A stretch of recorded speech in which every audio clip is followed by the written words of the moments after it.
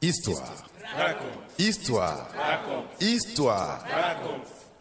Pour occuper cette bande de terre, certains groupes sont venus du nord.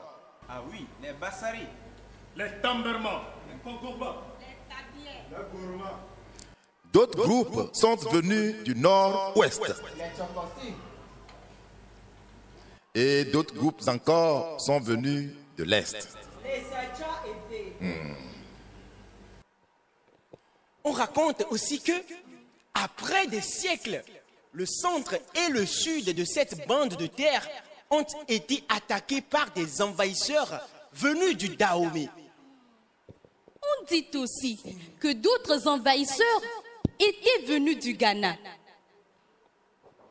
Les Portugais, esclavagistes, entraient donc dans la danse avec une pratique bizarroïde,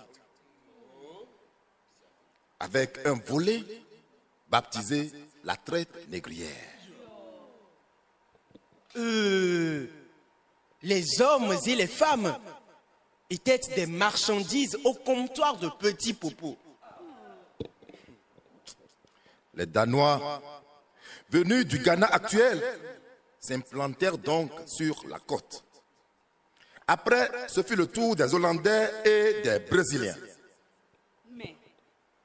Mais Togbé, pourquoi dans l'histoire, vous ne nous parlez pas vraiment du Togo, mais d'une bande de terre? Tout simplement parce que jusqu'en 1883, le Togo n'existait pas encore. Mais en 1883, justement, Bismarck imposa un protectorat sur le Togo. Oh, on nous a aussi appris que l'Allemand Gustave Nachtigal a signé le 5 juillet 1884 un traité de protectorat à Baguida avec un représentant du chef de Togoville, le petit village qui donna son nom au Togo.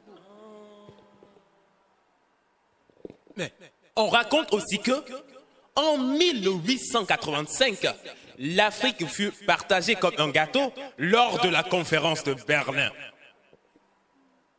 La côte togolaise fut attribuée à l'Allemagne.